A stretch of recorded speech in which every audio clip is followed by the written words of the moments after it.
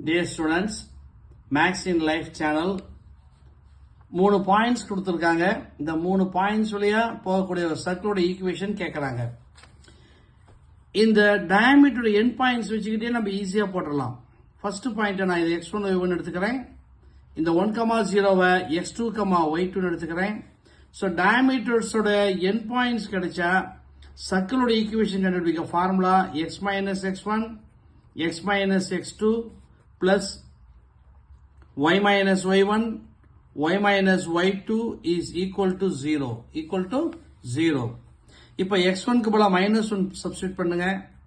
ஏற்கனவே formula minus இருக்கு. Minus of -1 plus 1 x minus x2 வந்து 1 y minus y1 வந்து 0 y minus y2 வந்து 0.